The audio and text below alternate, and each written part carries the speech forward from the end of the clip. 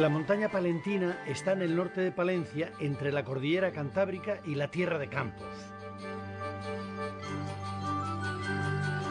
Estos valles, regados por los ríos Pisuerga y Carrión en su curso alto, fueron repoblados en el siglo IX por gentes procedentes del norte, del otro lado de la cordillera cantábrica. Como era habitual en las repoblaciones, los encargados de dinamizar la zona fueron los monasterios que se establecieron allí.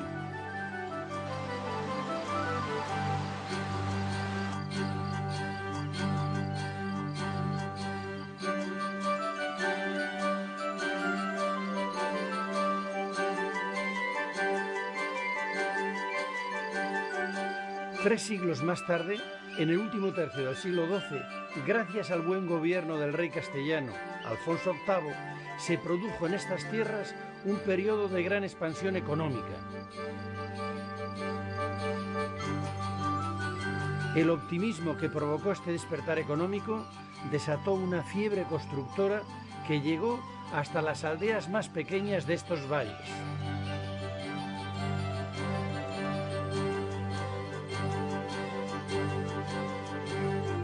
Entre los siglos XII y comienzos del XIII, todos los pueblos que se preciaban construyeron sus iglesias al estilo de la época, el románico, un estilo que habían puesto de moda los grandes monasterios de la zona, Santa Eufemia de Cozuelos, San Andrés de Arroyo, Santa María de Aguilar y Santa María de Made, que por esta época fueron muy prósperos y emprendieron grandes obras en sus cenobios.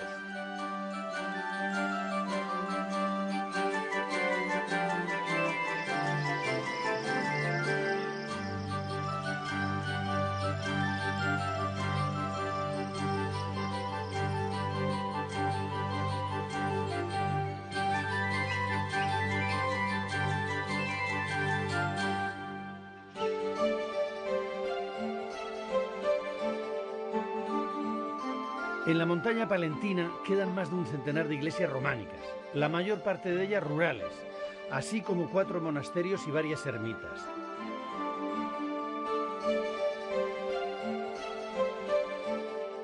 Palencia es, por ese motivo, uno de los lugares de mayor concentración de románico de España.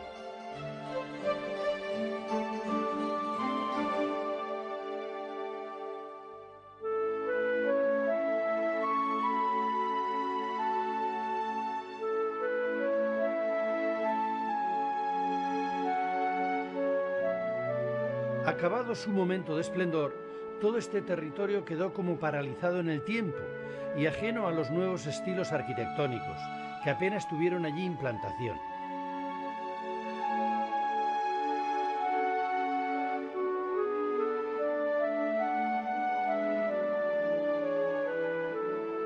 Las pequeñas iglesias continuaron siendo utilizadas por los feligreses, tanto para el culto como para celebrar los concejos de vecinos. Eran la casa colectiva. Gracias a esto se han mantenido vivas y en pie.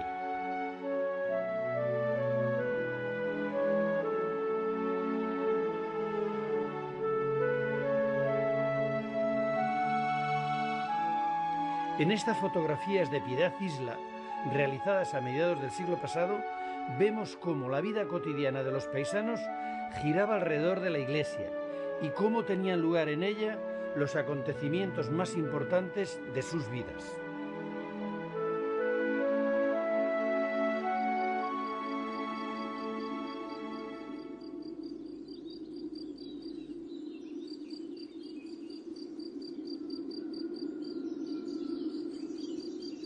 La puesta en valor de este rico legado románico es relativamente reciente. Comenzó el siglo pasado durante la Segunda República, con el profesor Gómez Moreno, y después del secarral de la posguerra, continuó en los años 50 gracias al profesor García Guinea, que llevó a cabo el primer estudio casi total del románico de esta zona.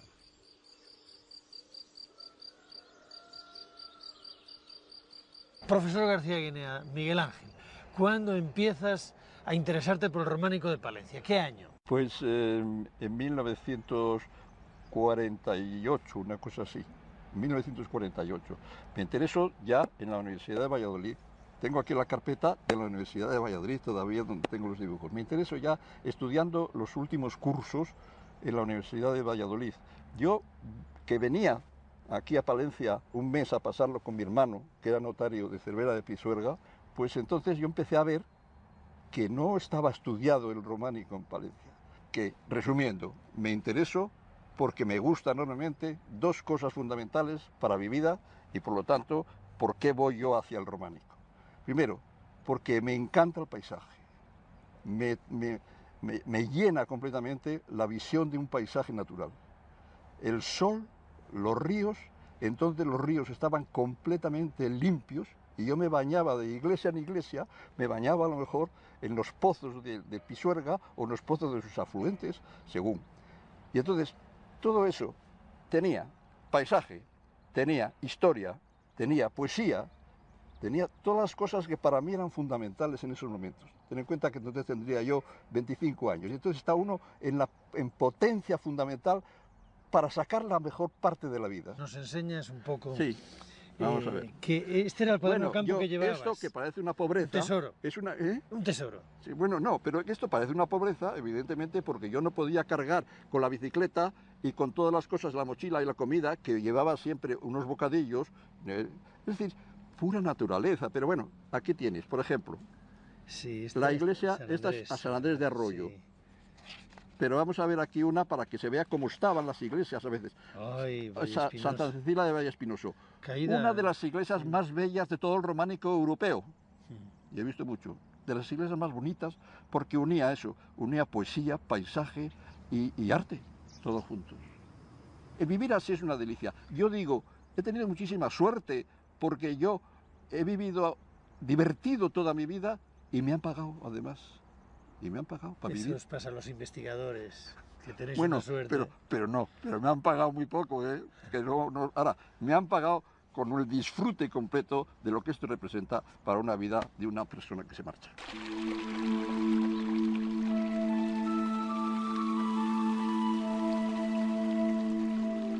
A pesar de las transformaciones que la mano del hombre ha realizado en estas tierras, fundamentalmente con la construcción de pantanos, en estos parajes de la montaña palentina todavía se pueden encontrar unidos la poesía, el paisaje y el arte.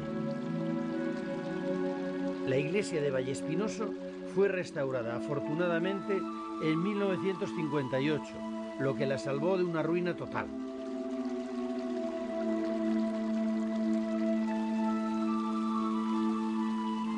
Para mantener en buen estado el abundantísimo románico de estas tierras es necesario estar restaurando constantemente. En estos momentos la Fundación de Santa María la Real está llevando a cabo el plan del Románico Norte para devolver a algunos templos y ermitas de Burgos y Palencia su antiguo esplendor. Esta es la iglesia de Cillamayor, en pleno proceso de restauración y con sorpresa incluida.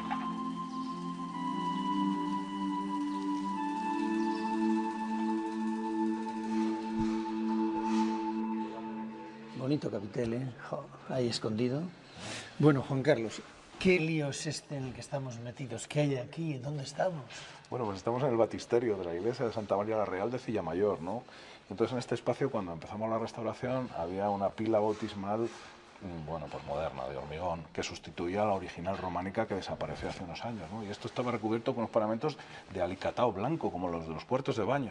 Y entonces, bueno, pues nos pareció imprescindible quitar todos estos paramentos, y cuando empezamos a retirar estos paramentos de alicatado, empezamos a descubrir esta portada. Os habéis encontrado con una portada con 5 arquivoltas, 6 capiteles... Historiados, románicos, ¿no? En relación al... ¿De qué año aproximadamente? Pues estamos hablando de muy inicios del siglo XII, ¿no? Y desde luego que para nosotros ha sido un descubrimiento de incalculable valor desde el punto de vista histórico.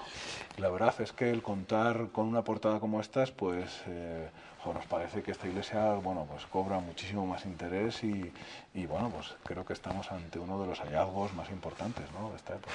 Enhorabuena. Muchísimas gracias, José María.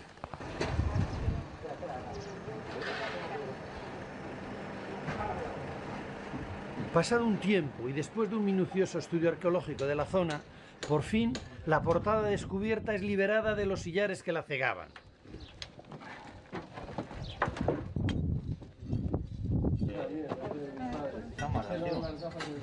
Poco a poco, las 5 arquivoltas y los 6 capiteles vuelven a ver la luz del día.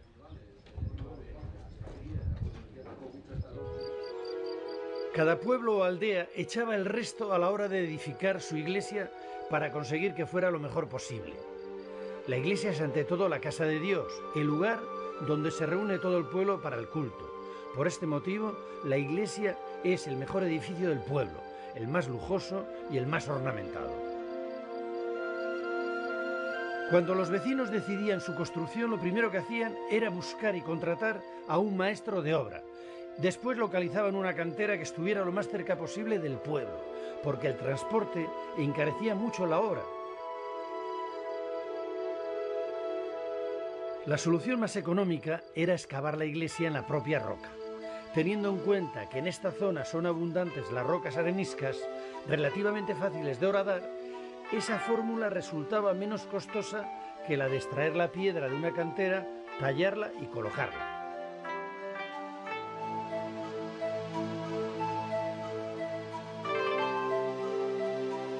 En la montaña palentina hay varias de estas iglesias rupestres.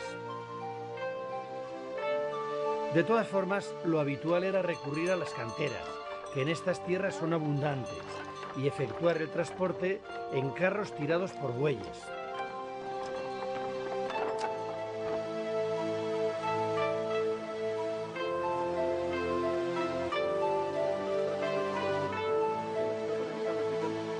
Eso permite este son excepcional de la roca, claro. Bueno, hoy estamos viendo esta cantera gracias a la sequía pertinaz que tenemos este año, porque si no estaría tapada. Y por otra parte, el pantano cuando está alto ha lavado totalmente el yacimiento y se ve perfectamente cómo era una cantera en la época medieval. ¿Qué característica tiene esta cantera, Luis? Pues el espesor excepcional que tiene la piedra en este caso. O sea, tiene mucha potencia la cantera. Sí, es muy espeso y es horizontal, te permite sacar bloques de piedra muy grandes, claro. Como estos que tenemos aquí. Sí, por ¿Estos ejemplo, bloques estos, para sí. qué los utilizaban tan grandes? ¿1,50 m por 2 y pico? Pues una tapa de sarcófago. Son sillares grandes, son bloques de piedra grandes que sirven para tapas de sarcófago fundamentalmente. ¿Qué más piezas sacaban de esta cantera? He visto huellas de ruedas. Sí, puede ¿Ruedas ser. de qué? Siempre se ha dicho que son ruedas de molino, pero yo creo que a lo mejor son piedras para afilar toda la herramienta que necesitaba una cantera grande como esta. Porque Para ahora- vender a afiladores. También, claro. Sillares. Sillares también, sí. También se puede extraer sillares para las iglesias. Vemos perfectamente las huellas de una herramienta que está en el perímetro. ¿Qué herramienta podría ser eso? Pues seguramente será una pica de cantero. Un pico como un pico normal que vemos ahora en las obras. Pero para acabar van haciendo un surco alrededor que te permite luego refinarlo, meter las cuñas y extraer el bloque de piedra. Bueno, es una zona de muchas canteras y hay una especialmente cercana a San Andrés de Arroyo, de una piedra más blanca, donde probablemente trabajaron los grandes maestros canteros de la zona. ¿Qué opina de esta teoría? Sí, sí, no, estás en lo cierto totalmente, creo. Es una piedra de mucha calidad. Es caliza, es diferente a esta, pero es una piedra también muy homogénea y muy blanda, muy fácil de trabajar y que te permite además una definición muy buena en el dibujo. Luego con el tiempo carbonata y endurece y la pueden trabajar hasta con trépano, por lo visto. Creo que sí, sí. Eso pudo dar lugar a un equipo que se sucedió a lo largo de años y que suministraba prefabricados de piedra prêt-à-porter para todas las iglesias del entorno. Pues sí.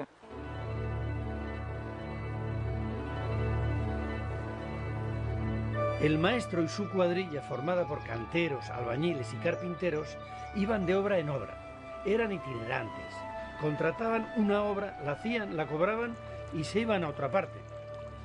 Muchos de los maestros eran de otros lugares y llegaron a la montaña palentina atraídos por la fiebre constructiva de los últimos años del siglo XII y comienzos del XIII. En las reformas del monasterio benedictino de Santa María de Mave trabajó una cuadrilla de canteros franceses que vinieron desde Borgoña.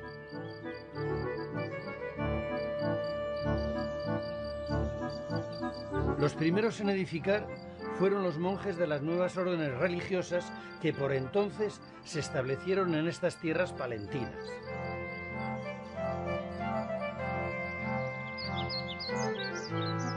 Los cistercienses en el monasterio femenino de San Andrés de Arroyo. Los premostratenses en el de Santa María la Real de Aguilar de Campo. Y las monjas de la Orden de Santiago en el de Santa Eufemia de Cozuelos.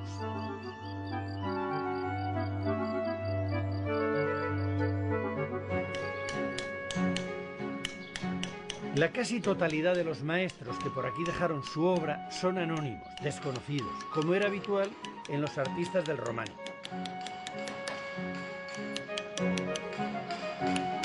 Pero afortunadamente hay excepciones.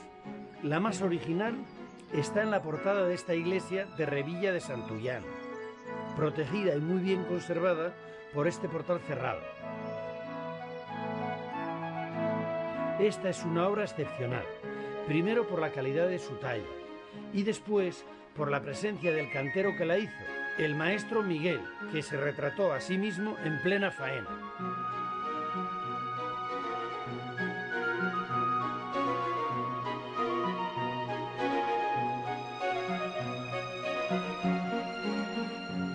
Pedro Luis, ahí tenemos al maestro Miguel. ¿Qué hace metido en la última cena un cantero? Pues no es normal, la verdad. No es normal que encontremos al escultor, al artífice de la portada representado en la obra que él mismo talló. En este caso es una excepción. El maestro Miguel talló la portada, orgulloso de la obra que realizó, pues quiso dejar constancia de su firma, se firmó la portada y al mismo tiempo se representó en ella. Firmó Michaelis me fecit Miguel me hizo.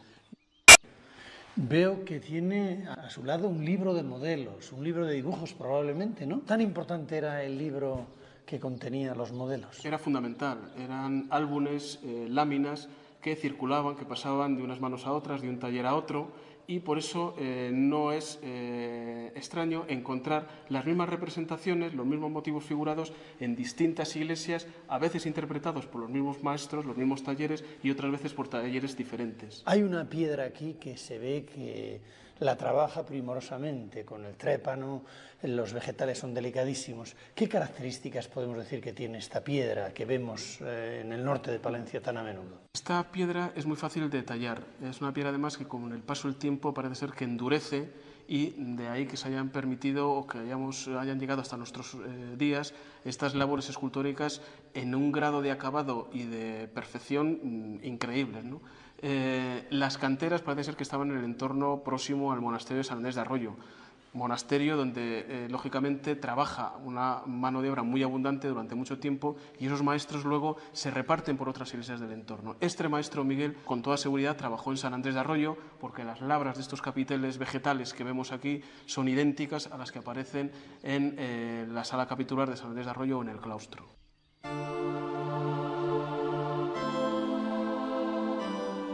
No sabemos en qué momento preciso trabajó en este monasterio de San Andrés de Arroyo el maestro Miguel, ya que las obras duraron 30 o 40 años.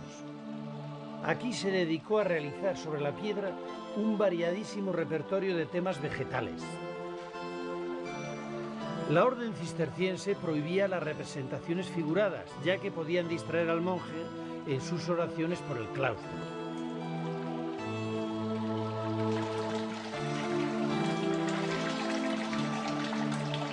El maestro Miguel también trabajó posiblemente en las obras de otro monasterio, situado no muy lejos del de San Andrés, el de Santa Eufemia de Cozuelos.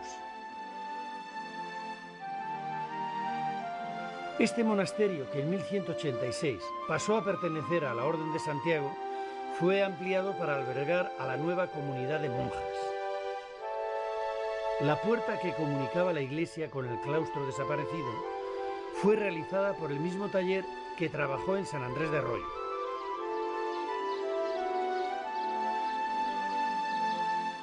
En la hoja de ruta de este taller podemos anotar otros dos trabajos: las columnas, capiteles y cornisa que enmarcan el apostolado de la iglesia de Moarbes, que también son obras suyas.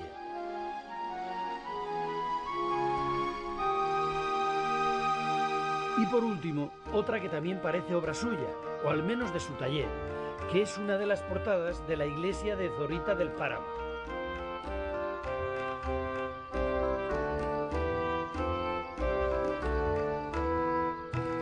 En la montaña palentina hay otra excepción a esa costumbre del anonimato de los canteros medievales. Es la de Juan de Piasca.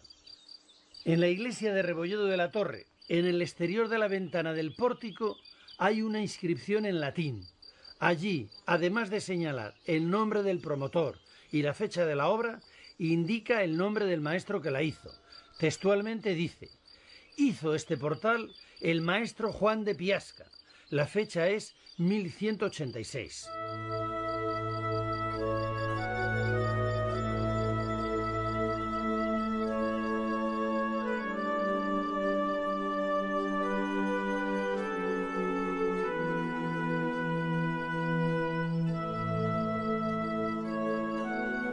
Este maestro, originario de Piasca, un pequeño valle lebaniego del sur de Cantabria, se formó en el taller dirigido por el maestro Covaterio, que construyó en Piasca el monasterio de Santa María. El estilo de las piezas labradas de esta iglesia lo veremos más tarde en los trabajos que fue dejando Juan de Piasca a lo largo de su vida itinerante.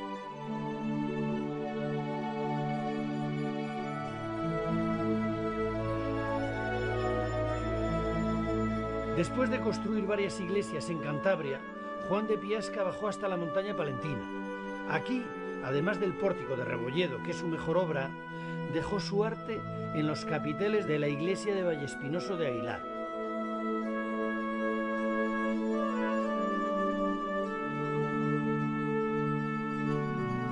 También trabajó en la iglesia de Pozancos, donde realizó una de las ventanas y los capiteles de la portada.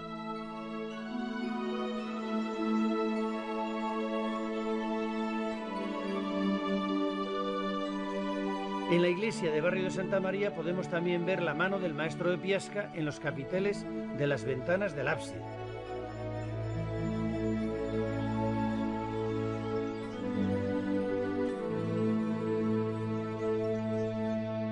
De los demás artistas que nos dejaron sus trabajos en estas tierras, no conocemos sus nombres, pero sí su obra. En el monasterio de Santa María la Real trabajaron también buenos maestros, aunque desconocidos. En este caso se les conoce por el nombre de la obra que se les atribuye. De los que trabajaron aquí en Aguilar, uno de los más apreciados por la calidad de su labra es el maestro de la matanza de los inocentes. El capitel está actualmente en el Museo Arqueológico Nacional.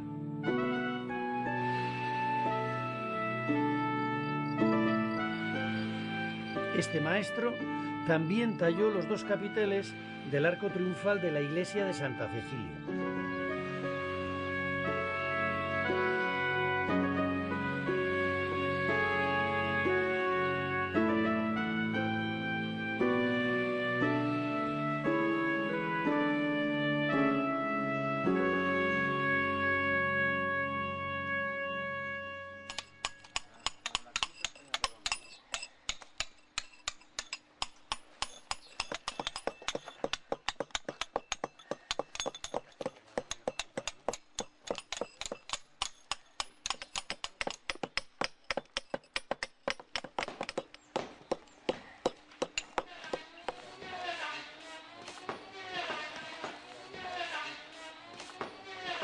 Con un poco de suerte, aún hoy, entre iglesia e iglesia, podemos encontrarnos con algún cantero ambulante.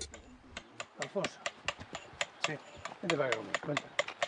A ver.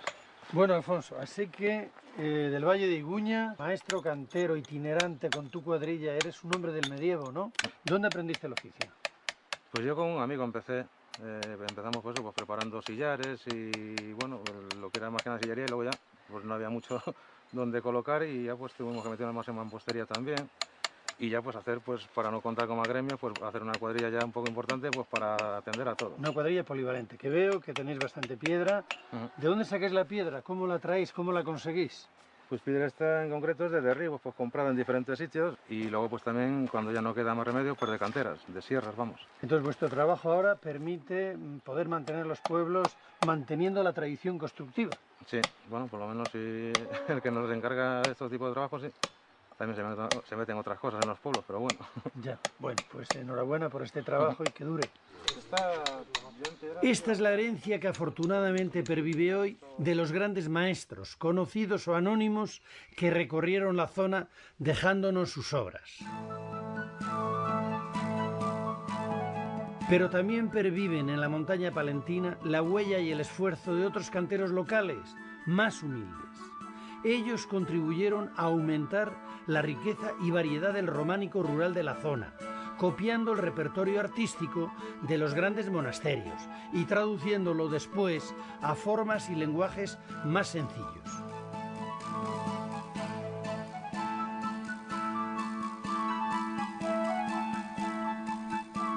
Gracias al trabajo de aquellos hombres y al esfuerzo de quienes han rescatado hoy su técnica y su arte, el románico sigue siendo un patrimonio vivo en estas tierras.